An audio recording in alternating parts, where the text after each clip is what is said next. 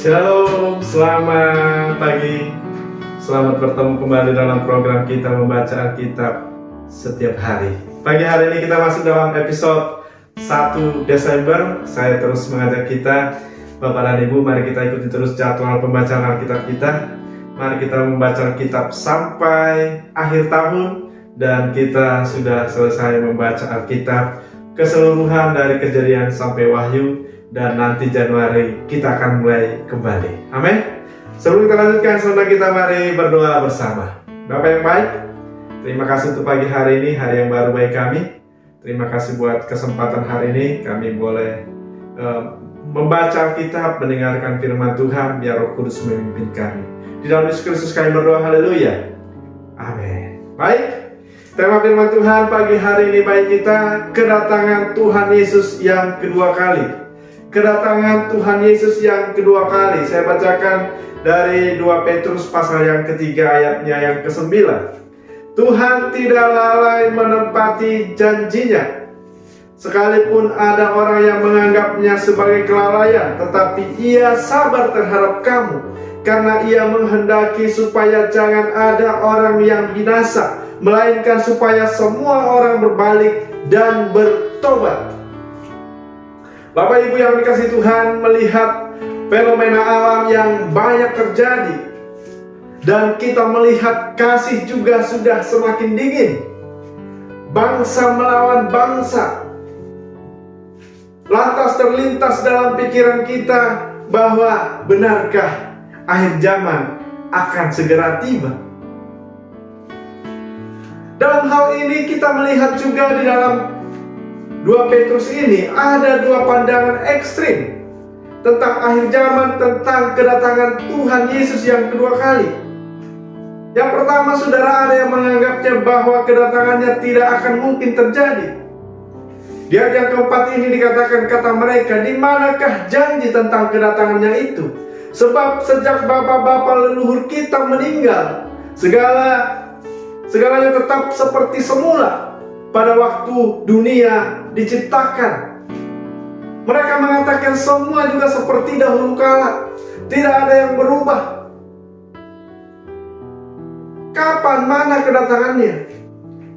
Inilah, saudaraku, tanggapan orang-orang pada masa itu. Mereka menganggap bahwa kedatangan Tuhan tidak akan terjadi. Yang kedua, saudara, ada juga orang-orang yang begitu yakin terhadap kedatangannya, sampai sibuk menghitung tanggal, sibuk menghitung hari-hari, yaitu hari-hari kedatangannya yang kedua kali. Dalam hal ini, Rasul Petrus menjawab dengan tegas, yaitu pertanyaan-pertanyaan yang timbul di tengah-tengah jemaat, bahwa Tuhan tidak pernah lalai menepati janjinya. Amin. Manusia sering mereka-reka sendiri kapan dan bila mana masanya akan datang akhir zaman itu.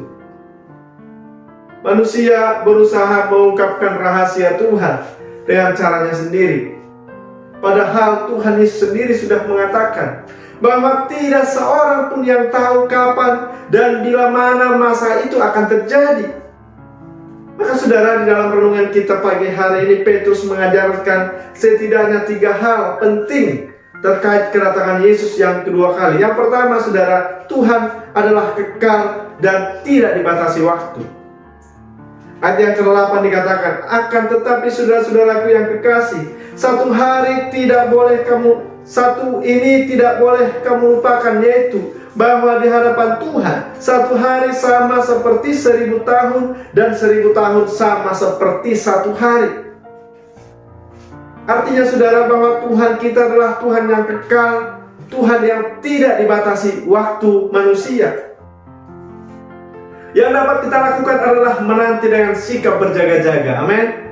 Iya, menanti dengan sikap berjaga-jaga. 1 Petrus 4 ayat yang ke-7 dikatakan, kesudahan segala sesuatu sudah dekat. Karena itu, kuasailah dirimu dan jadilah tenang, supaya kamu dapat berdoa. Yang dapat kita lakukan itu adalah mari kita menanti dengan sikap berjaga-jaga.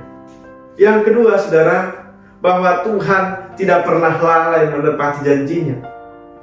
Sekalipun orang ada menganggapnya sebagai kelalaian, tetapi Ia sabar terhadap kamu, karena Ia menghendaki supaya jangan ada orang yang binasa, melainkan supaya semua orang berbalik dan bertobat. Itulah kerinduan Tuhan. Iya, Tuhan memberikan kesempatan kepada kita supaya kita ini bertobat, supaya kita ini berbalik kepada Tuhan. Itulah kerinduan Tuhan. Yang ketiga, saudara, hendaklah kita tidak ragu dalam menanti kedatangan Tuhan yang kedua kali. Amin. Hendaklah kita tidak ragu, saudara. Ayat yang ke-11 dikatakan, jadi jika segala sesuatu ini akan hancur secara demikian, betapa suci dan salehnya kamu harus hidup. Mari kita senantiasa membangun hidup kita di dalam hidup yang saleh. Amin. Iya. Kita percaya bahwa kedatangan Tuhan yang kedua kali akan terjadi. Tetapi saudaraku, kita tidak perlu menghitung kapan itu terjadi. Yang penting saudara, kita menjaga, membangun hidup kita di dalam hidup yang saleh. Amin. Demikian renungan kita pagi hari ini, kiranya memberkati kita. Kita berdoa. Terima kasih Tuhan untuk pagi hari ini. Terima kasih buat firman Tuhan, renungan firman Tuhan yang boleh kami dengar. Biarlah Roh Kudus memberkati, dan biarlah firman Tuhan menjadi rema dalam hidup kami. Di dalam Yesus Kristus kami berdoa, haleluya.